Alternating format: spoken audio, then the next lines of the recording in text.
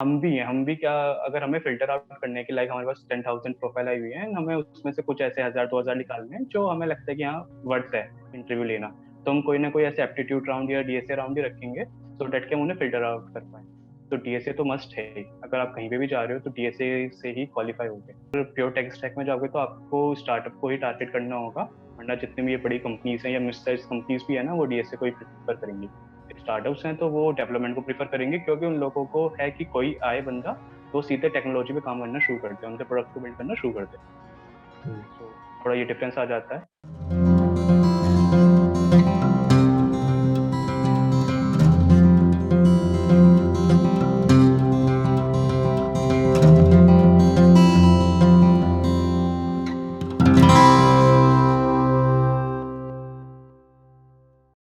Hello everyone, welcome to Devsnet Success Stories.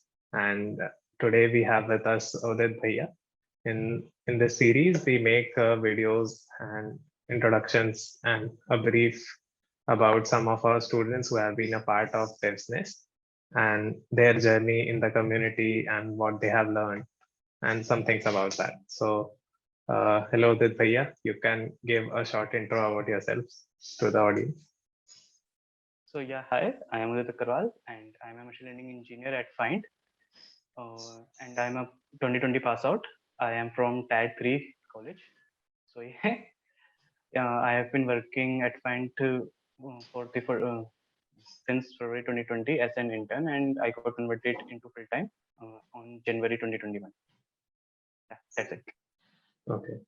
So first question मेरा like usually सब लोगों से यही रहता है कि how did you come to know about DevNest और क्यों आपने DevNest को ज्वाइन करने का सोचा? Okay.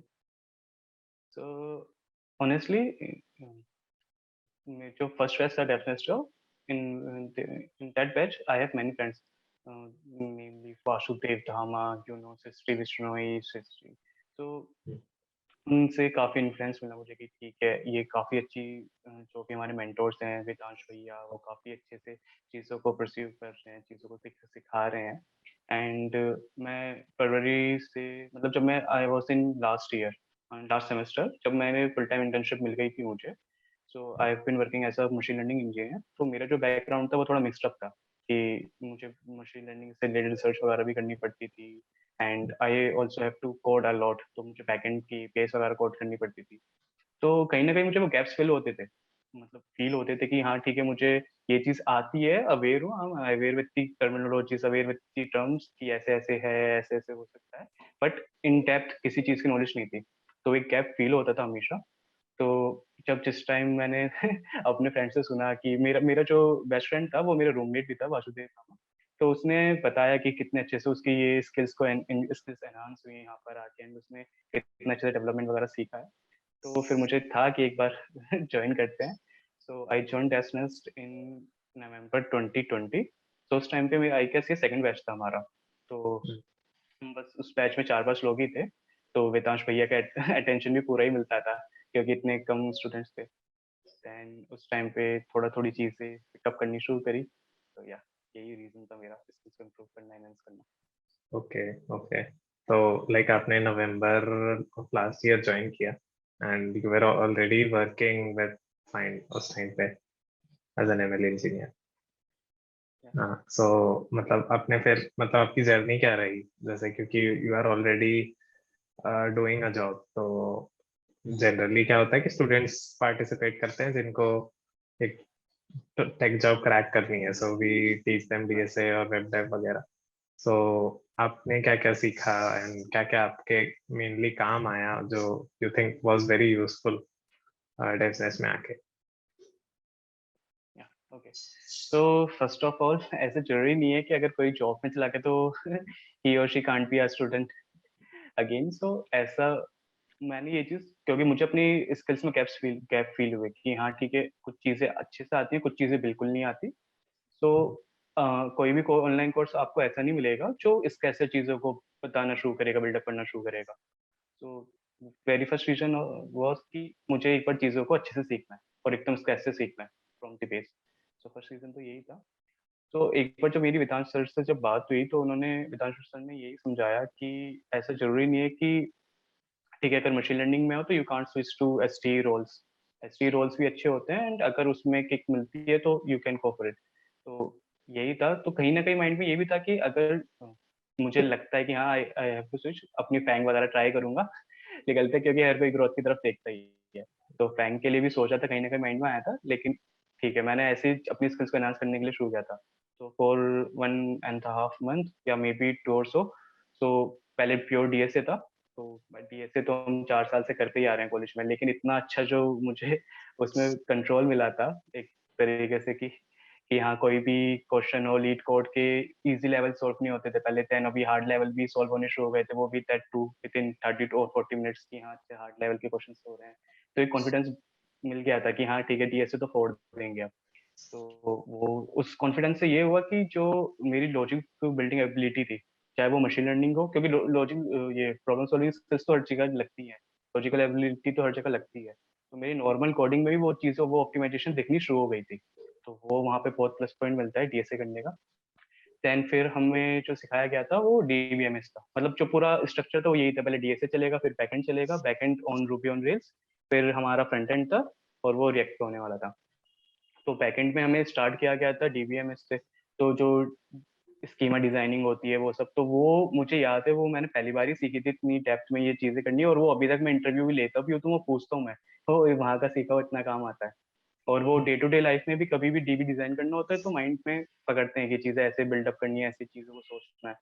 तो सेकंड वो, एंड देन फिर जो बैकएंड कोर बैकएंड डेवलपमेंट था वो रूबी ऑन रेल्स में था। I am core Python developer, लेकिन कॉन्सेप्ट सेम ही होते हैं, तो वो हेल्प करी। लेकिन पोस्ट दैट क्या हुआ कि मेरे नए प्रोडक्ट्स कंपनी में काफी वर्क प्रेशर ज्यादा हो गया, डेफनेस में भी थोड़े चेंजेस आने शुरू हो गए थे, तो मुझे ड्रॉप आउट करना पड़ा। या बट लेकिन जितनी मेरी जर्नी थी उसमें मैंने जो सीखा अब तक वो मेरे काफी काम आता है। Okay. Okay. So आप लाइक एमएल इंजीनियर हो और मतलब पहले हमने कभी किसी मतलब मशीन लर्निंग वाले बंदे का इंटरव्यू वगैरह नहीं लिया। सो आप अपने रोल वगैरह के बारे में थोड़ा सा एक्सप्लेन करोगे बच्चों को कि how did you get selected, कैसे इंटरव्यू प्रोसेस था, क्या क्या चीजें वो लोग देखते हैं एक फ्रेशर में एज एन एमएल इंजीनियर, और बाकी सारी चीजें कुछ। Okay, yeah so I too have started taking ML interviews. So अभी तो मेरा भी हो गया होगा 60-70 क्रॉस हो गए इंटरव्यूज के लिए, इतना एक्सपीरियंस हो गया लेते हुए।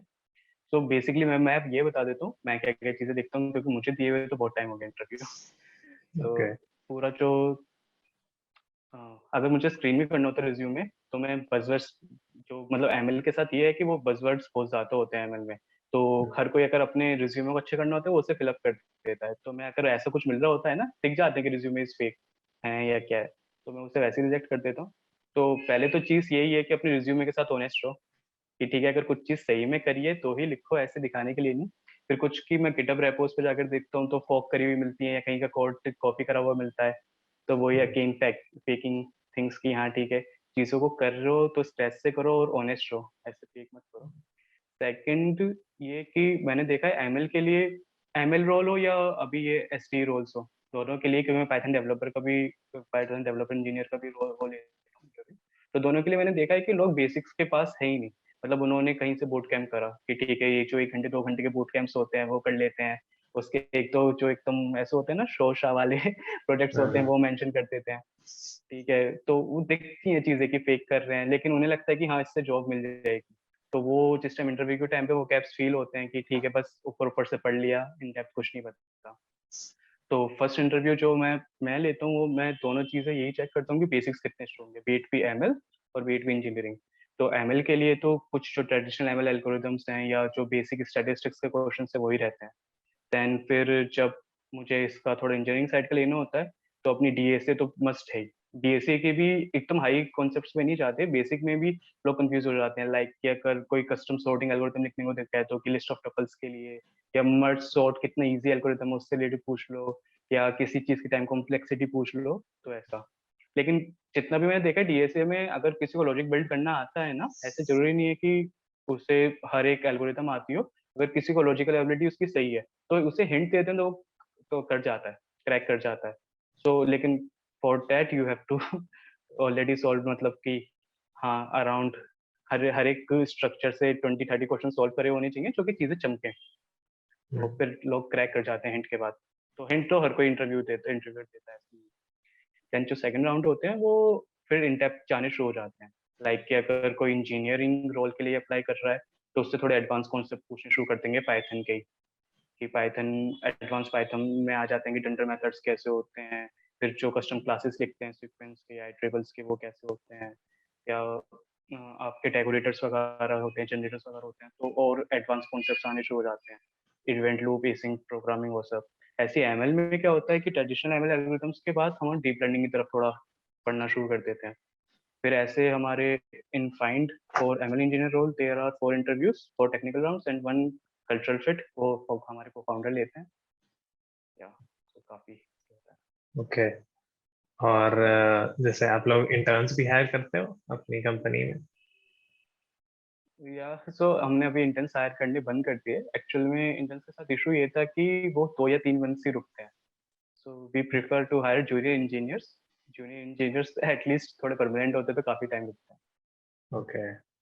तो मतलब आप लोग जैसे फ्रेशर्स हायर करते हो तब, और जैसे मतलब इंटर्न्स हायर करते हो तब, एंड जो परमानेंट लोगों को हायर करते हो तब, तो is there a big difference between interview rounds और डिफिकल्टी लेवल, ऐसा या सो कुछ? एब्सोल्युटली एब्सोल्युटली, अगर कोई किसी भी बंदे को एक्सपीरियंस है, लाइक कि मैं हूँ जिसे 2 साल मैंने किसी कंपनी में काम किया है, एंड मैंने अपने रिज्यूमे में कुछ कुछ लिखा है कि मुझे ये आता है, ये किया है, इस पे काम किया है, तो मेरा जो फर्स्ट राउंड रहेगा वो बेसिकली उसके बैकग्राउंड से ही रहेगा कि उसने क्या क्या चीज़ों पे काम किया है और वो हमारे साथ कितना अलाइंड है, लाइक हमारे भी कुछ गोल्स हैं एंड उसने भी जो भी अब तक काम किया उसके भी कुछ गोल्स रहे हैं, तो कितना अलाइंड है। एंड हमें अगर उससे हम लेते हैं तो एकदम हम किसी प्रोडक्ट के ऊपर से डाल सकते हैं, या will have to train him, या कुछ टाइम लगेगा वो सब। और अगर जब हम इंटर्न्स का या फ्रेशर्स के इंटरव्यू लेते हैं तो उसमें एकदम क्लियर कट पता होता है हमें कि इससे अभी कुछ नहीं आता, इससे हम जनरल पर्पस के लिए जनरल पर्पस क्वेश्चंस पूछते हैं, लाइक कंप्यूटर विजन में कुछ basic questions, natural language processing में कुछ बेसिक क्वेश्चंस, टेबुलर डेटा से रिलेटेड कुछ क्वेश्चंस, ट्रेडिशनल एल्गोरिथम्स। मतलब कि हमें स्क्रैच से उसे चीजें नहीं सिखानी पड़े, अगर हम उसे कुछ पढ़ने के लिए दें तो वो खुद से सीख पाए, तो इसमें काफी डिफरेंस आ जाता है। ओके। और जैसे आपने एमएल इंजीनियर के लिए रोल, मतलब आपने सबसे पहले उसी से शुरुआत की, सो मतलब आपके दिमाग में ये पहले से ही था कि you have to go in ML side, या फिर कैसा यार मतलब journey? So to be honest, when I was in third year तो ये एमएल वगैरह है ना काफी हाइप पे था कि ठीक है यार एमएल करेंगे तो बहुत अपना काइंड ऑफ रोल्ला होगा एक एक रैपो होगी बैच में, काफी एकदम यूनिक सी चीज थी, लोग प्रेफर नहीं करते थे। तो लाइक मैंने तो स्टार्ट ऐसे ही किया था कि ठीक है मतलब काफी ज्यादा नेम फेम मिलेगा, करते हैं। और once I started this thing, मतलब स्टार्टिंग में तो कुछ भी समझ ही नहीं आता था, क्योंकि वही मैंने बोट कैंप से स्टार्ट किया था। बोट कैंप से प्रोजेक्ट्स बना सकते हैं, लेकिन अगर कोई क्रॉस क्वेश्चन करता है तो यू कांट आंसर दैट।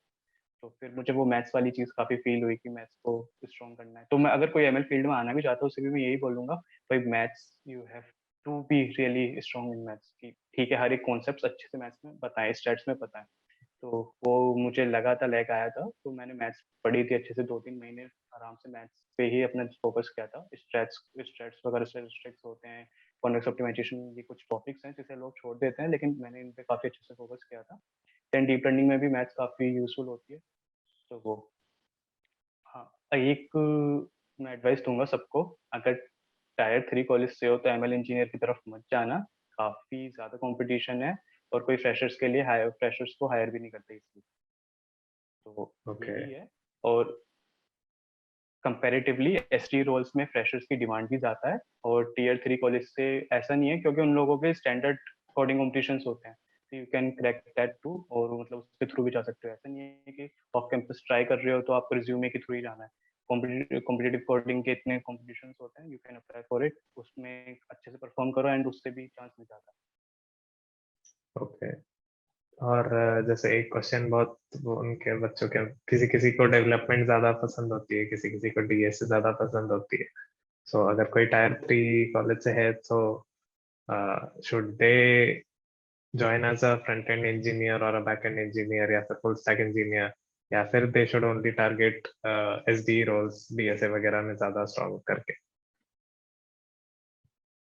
यार जितना मैंने एक्सपीरियंस किया है ना, देखो, दो चीजें होती हैं। अगर आपको अपॉर्चुनिटी क्रैक करनी है तो you have to be very strong in DSA. मतलब अपॉर्चुनिटी या रिज्यूमे कोई देखेगा ही नहीं इसकी।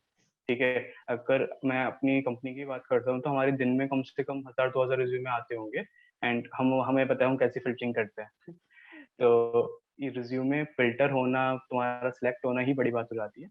देन फिर ये जो डीएसए वाली चीज आती है ना, तो हम भी क्या, अगर हमें फिल्टर आउट करने के लाइक हमारे पास 10,000 प्रोफाइल आई हुई है, हमें उसमें से कुछ ऐसे 1000-2000 निकालने हैं जो हमें लगता है कि हाँ वर्थ है इंटरव्यू लेना। तो हम कोई ना कोई ऐसे एप्टीट्यूड राउंड या डीएसए राउंड ही रखेंगे सो डेट के हम उन्हें फिल्टर आउट कर पाए। तो डीएसए तो मस्ट है ही। अगर आप कहीं पे भी जा रहे हो तो डीएसए से ही क्वालिफाई होगे। अच्छा, कुछ कंपनीज होती हैं जो व्हाइट बोर्ड राउंड नहीं लेती। ठीक है, वो रिज्यूमेस के डिपेंड, मतलब उन्हें प्योर टेक स्टैक चाहिए होता है कि डेवलपमेंट आना होना चाहिए। तो उन कंपनीज, ऐसी कंपनीज कम है, सो वही कंपटीशन ज्यादा हो जाता है। Okay. First thing. Second thing ये कि अगर प्योर टेक स्टैक में जाओगे तो आपको स्टार्टअप को ही टारगेट करना होगा, वरना जितनी भी ये बड़ी कंपनीज हैं या मिड साइज कंपनीज भी है ना, वो डीएसए को ही प्रीफर करेंगी। स्टार्टअप्स हैं तो वो डेवलपमेंट को प्रीफर करेंगे, क्योंकि उन लोगों को है कि कोई आए बंदा तो सीधे टेक्नोलॉजी पे काम करना शुरू करते हैं, उनके प्रोडक्ट को बिल्ड करना शुरू करते हैं। सो थोड़ा ये डिफरेंस आ जाता है। एंड सेकंड थिंग ये कि अगर दोनों चीज को इक्विलिब्रियम में रखा हुआ है, दोनों चीजों को पैरेलली मेंटेन करके चल रहे हो, डीएसए अच्छा है तुम्हारा ऑलरेडी, एंड देन किसी कंपनी, कोई तुम इंटरव्यू के लिए सिलेक्ट होते हैं एंड कोई भी जो इंटरव्यूअर है वो देखता है कि तुम्हें ये सब चीजें आती हैं, तो ऑलरेडी तुम्हारे पॉइंट्स तो इंक्रीज हो ही जाते हैं। मतलब कोई कैंडिडेट है जिसे बस डीएसए आता है, कोई कैंडिडेट है जिसे डीएसए भी आता है, जितना वो मतलब डीएसए इस लेवल का कि उसने इंटरव्यू क्रैक कर दिया, या बेसिक जो वो फर्स्ट राउंड होता है लाइक कोडिंग राउंड या मशीन कोडिंग राउंड, वो क्रैक कर दिया। उसके बाद अगर उसे डेवलपमेंट आता है तो किसी भी कंपनी को उससे ज्यादा तो चाहिए ही नहीं। कि ठीक है, उसकी लॉजिकल एबिलिटी सही है, उसे कैंडिडेट फिल्टर आउट होकर मिल गया, और जिस टाइम हमें जो जितना डेवलपमेंट में टर्मिनोलॉजीज चाहिए होती हैं कि उसे ये टेक स्टैक आना चाहिए, उसे वो भी आता है, तो हायर हो जाते हैं। ये तो भी यही ठीक है, है। मैं यही बोलूंगा, प्योर डीएसए पे जाना भी सही नहीं है। डीएसए करो, एक लेवल तक करो, उसके बाद थोड़ा थोड़ा डेवलपमेंट स्टार्ट करना चाहिए। लाइक डेवनेस्ट में क्या ही होता है, डीएसए अच्छे से सिखा देते हैं कि you can crack any interview, उसके बाद वो हम्म, डेवलपमेंट सिखाते हैं सो डेट की रिज्यूमे और फाइन हो पाए, अपने दिखे कि ये इस बंदे को ऑलरेडी काम आता है, इस कैसे सिखाना है। हम्म, ये भी सही बात है।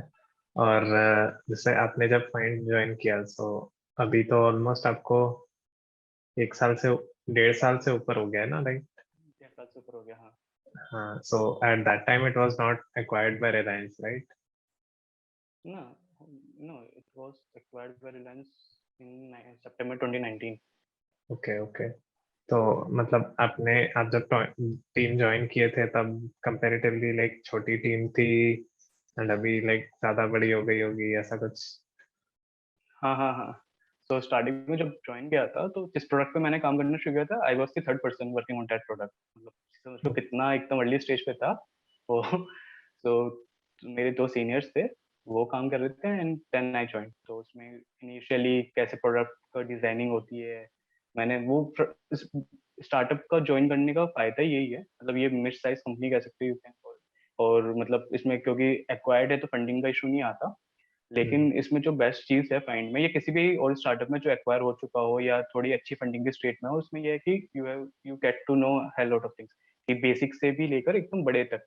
तो स्टार्टिंग में प्रोडक्ट डिजाइनिंग कैसे होती है, क्योंकि ये समझ लो एकदम फ्रेशर, ऐसा फ्रेशर ज्वाइन किया, उसमें एकदम सीधे बता दिए, डाल दिया कि प्रोडक्ट डिजाइनिंग के लिए डाल दिया। उससे सोचो कि क्या क्या कंपोनेंट्स हो सकते हैं, चीज़ों को कैसे एनहेंस कर सकते हैं, क्या फ्लो रहना चाहिए। देन उसके बाद पूरी कंप्लीट प्रोग्राम स्टेटमेंट को डिफाइन करना, कि ठीक है, मैंने बैकग्राउंड रिमूवल पे काम करना शुरू किया था, तो उस पे किस किस कैटेगरी को हम कवर करेंगे, अगर सब कैटेगरीज लेते हैं तो उसके सिंगल मॉडल रहेगा, मल्टी मॉडल रहेंगे। तो ये जो कोर डिसीजंस होते हैं ना, जो किसी और कंपनी में अगर आप ज्वाइन करोगे भाई, आपको पता भी चलेंगे, आपको बस एक छोटा सा काम दे दिया जाएगा कि इस चीज का ये बनाना है। और स्टार्टअप्स में फायदा होता है कि पूरा कोर देखने को मिलता है, तो माइंड खुलता है। तो जो एक जरूरी नहीं है कि सारी चीजें करनी आती हो, लेकिन अवेयरनेस भी होती है ना कि ये काम इस चीज से हो जाएगा, तो you can Google it and do it. तो वो काफी फायदा होता ओके ओके। है। सो ठीक है, मतलब मैंने बहुत क्वेश्चन पूछ लिए, बहुत सही इंटरव्यू था। एक और लाइक एक क्वेश्चन, अगर जैसे कोई बच्चा जैसे यूजुअली हम डीएसए वगैरह वालों को तो भी बहुत सारे इंटरव्यूज में हमने बताया कि ऐसे ऐसे प्रिपेयर करो। अगर कोई बंदा एमएल इंजीनियर या फिर ऐसे कोई स्पेसिफिक नीश फील्ड में या डेटा एनालिस्ट या ऐसे किसी फील्ड में जाने की सोच रहा हो, and he knows about business, he comes to know about business, तो दे विल सी कि यूजुअली ऐसा हम लोग देखते हैं कि डीएसए और फिर वेब डेवलपमेंट, तो फिर ये वेब डेवलपमेंट वाला कोर्स है वैसा टाइप का उनको फील आने लगता है। सो हाउ कैन, मतलब आपको क्या लगता है कि हाउ कैन दे बेनिफिट, उनको क्या फायदा होगा बिजनेस में आने से, रिगार्डलेस ऑफ उनको वेब डेव करनी हो या ना करनी हो या कुछ भी? ओके, सो मैं ऑनेस्ट रहूंगा, जो चीज मेरे साथ हुई है मैं वही बताऊंगा। फर्स्ट चीज तो ये कि अगर आप डीएसए में अच्छे हो तो ये अपॉर्चुनिटीज बढ़ जाती हैं, लाइक कि फिल्टरिंग राउंड डीएसए के बिना कवर क्लियर ही नहीं कर सकते, तो you have to be really good in DSA, तो वो डेस्टिनेस प्रोवाइड कराता है। सेकंड थिंग, कुछ भी कोई भी प्रोडक्ट बिल्ड कर रहे हो या कोई किसी भी सर्विस पे काम कर रहे हो, एट लास्ट वो होस्ट वेब पर ही होगी, ठीक है। और अगर वो वेब पर होस्ट होने वाली है तो इधर you have to work on back end और फ्रंट एंड। तो अगर बैक एंड पे काम कर रहे हो या फ्रंट एंड पे काम कर रहे हो तो कुछ तो मतलब फ्रंट एंड तो नहीं मिलता एकदम से, बैक एंड मिलता है, क्योंकि बेसिक कोड लॉजिक जो होता है बैक एंड में ही लिखा होता है, वो वहीं पे माइग्रेट करना होता है। मे बी आपको एपीआई लिखने को ना मिले, लेकिन जो एपीआई के अंदर कोड लॉजिक जाता है वो किस जो डेवलपर होता है उसे ही डिफाइन करना होता है। तो कहीं ना कहीं डेफनेस ज्वाइन करने से ये है कि आपको कंप्लीट फ्लो पता चल जाएगा कि चीजें कैसे काम करती हैं एट प्रोडक्शन और एट लार्ज स्केल। तो टीएसए हो गया तो अपॉर्चुनिटीज इंक्रीज हो गई, फिल्टरिंग राउंड क्लियर होने शुरू हो जाएंगे। देन बैकएंड पता चलेगा, तो जो कंपनी में जाके जो कॉलीग्स होंगे, जो अदर कॉम्पिटिटर्स होंगे, उन्हें खाली एक टेक्नोलॉजी आती होगी, आपको बैकएंड लिखना भी आता होगा उसके साथ कि उस चीज को प्रोडक्शन तक कैसे लेकर जाए, राइट। फ्रंट एंड भी कर लोगे तो मतलब वो तो यूनिवर्सल स्टैक हो जाता है काइंड ऑफ कि हाँ सब कुछ आता है, लेकिन ठीक है बैक एंड तक भी अगर रुकता है कोई और उसके साथ वो पैरेलली कोई और टेक्नोलॉजी भी काम कर रहा है, लाइक मशीन लर्निंग हो गया, लोग ब्लॉकचेन पे भी काम करते हैं, तो वो भी that's enough, more than okay. Enough. और इसी से अभी एक क्वेश्चन और याद आया कि मतलब लाइक आपका 1 से 2 साल ऑलमोस्ट अभी होने वाला है काम करते हुए, सो अब ऐसा मतलब अब आप फ्रेशर टाइप के नहीं रहे, अब आप थोड़े सीनियर पोजीशन में पहुंच गए। सो एक बहुत लोगों के मन में ये क्वेश्चन रहता है कि अ, जैसे अभी हम लोग कोड कर रहे हैं, फ्रेशर हैं, तो हम लोग हर चीज को स्क्रैच से बनाते हैं, सारे प्रोजेक्ट्स स्क्रैच से कोड करना है, सब कुछ खुद ही कोड करना है, सब सीन रहता है। बट लाइक आप कंपनीज में जाओ तो मतलब क्या, एज यू गेट सीनियर, अगर आप टीम लीड बनते हो या फिर SB1 से SB2 वगैरह जाते हो, तब भी यू आर कोडिंग पूरी चीजें स्क्रैच से, कि फिर आपके जूनियर्स रहेंगे, आपको उनसे काम करवाना रहेगा, मुझे ऐसा और कुछ? कंपनीज का तो नहीं पता, और ओके। कंपनीज का तो नहीं पता, लेकिन मेरी कंपनी में मैंने जो मेरा हमारे टीम लीड है, ठीक है, प्रिंसिपल आर्किटेक्ट हैं जिगर दत्त का, वो अभी भी कोड करते हैं और वो हम सबसे पूरी टीम से ज्यादा कोड वही करते हैं, लाइक ही सुपर सीनियर, ठीक है। वो उनसे अभी ऊपर है नहीं कोई टेक में हमारी कंपनी में, लेकिन मैंने उन्हें कोड करते हुए देखा है कि वो हम सबसे, और स्क्रैच से ही चीजें बिल्ड होती हैं। हाँ थोड़ा वो डिफरेंस आ जाता है टेम्पलेट्स का, लाइक कि अगर आपको कुछ सिमिलर टाइप की सर्विसेज बार बार डेवलप करनी है तो यू बिल्ड अ टेम्पलेट, उस टेम्पलेट में कोई बॉलर प्लेट कोड रहता है कि लाइक उसमें ऐसे फाइल स्ट्रक्चर रहेगा, इसमें यूटिल्स में ये सारी चीजें रहेंगी, डॉकर फाइल ऐसा रहेगा, ये सारी चीजें।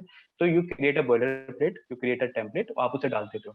तो अगर जब भी किसी को नई सर्विस बिल्ड करनी होती है तो उससे जस्ट क्लोन करता है, उसमें अपनी चीजें ऐड करता है और वर्क करना शुरू कर देता है। तो be it be junior, be it be senior और be it be very very senior super senior position, सब स्क्रैच से कोड करते हैं। लेकिन हाँ ठीक। टाइमिंग में फर्क आ जाता है, जूनियर कोड करता है सेम कोड के 1 हफ्ता लेता है, सुपर सीनियर उस चीज को एक दिन में कंप्लीट कर देता है, तो डिफरेंस बहुत आता है। ये ये भी सही बात है।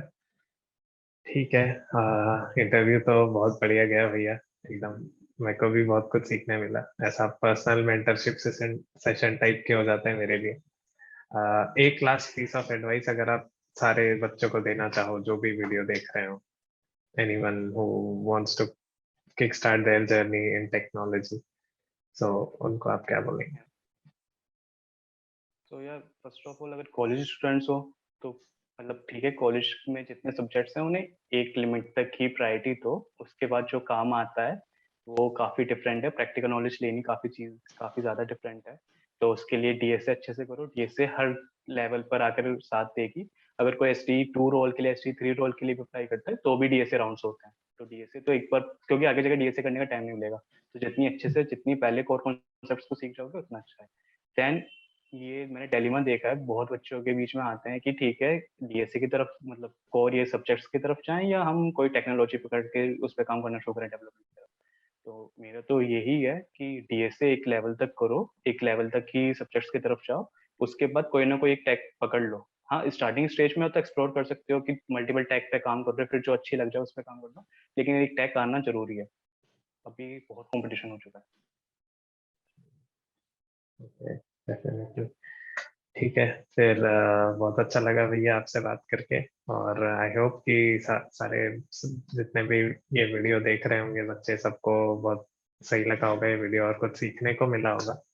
And we will be attaching भाई उदित भैया के सारे लिंक्डइन वगैरह के प्रोफाइल, जितने भी लिंक्स नीचे कमेंट सेक्शन में। अगर आपको कोई भी डाउट पूछने हो या फिर आप उनको पर्सनली लिंक्डइन पे भेज सकते हैं ना कनेक्शन रिक्वेस्ट, आप एक्सेप्ट करोगे हाँ सब? श्योर। हाँ ओके, हाँ, बिल्कुल बिल्कुल यार। ठीक है। तो आप रिक्वेस्ट भेज कर भी उनसे कुछ पूछ सकते हो अगर आपको कुछ और डाउट है, या आपको अ, किसी भी चीज की गाइडेंस वगैरह चाहिए। सो भैया will definitely try to help you out if he gets time. ठीक है, ठीक है फिर। Thank you everyone for watching. Bye bye. Bye bye.